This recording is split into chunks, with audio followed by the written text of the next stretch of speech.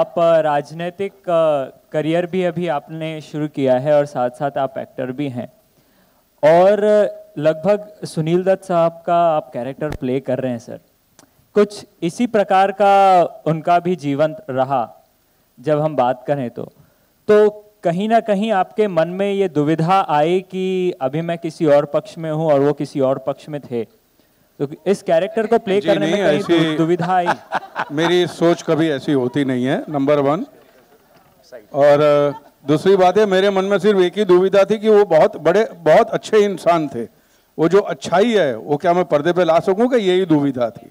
Sir आप उनको बताइए ना किस्सा, वो चिट्ठी वाला एक।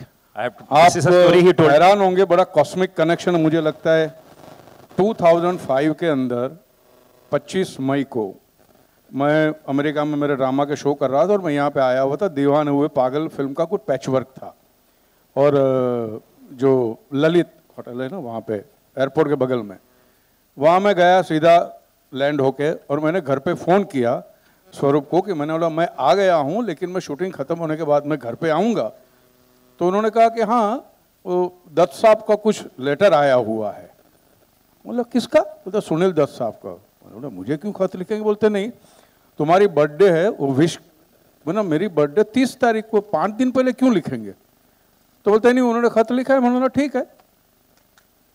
बाद में स्ट्रेट कट टू, जब मैं इनके पास गया था 2 जनवरी को 2017 में, उनके ऑफिस में बैठ के मैं नरेशन सुन रहा था, तो स्वरूप का मुझे फोन आया था कि तुम्हारे ड्रॉअर के अंदर वो लेटर पड़ा हुआ है, दत्त साहब का क्या करें, because I had asked to get some document from the drawer. तो मैंने बोला अभी भी लेटर पड़ा हुआ है? तो एक कमाल का कनेक्शन था।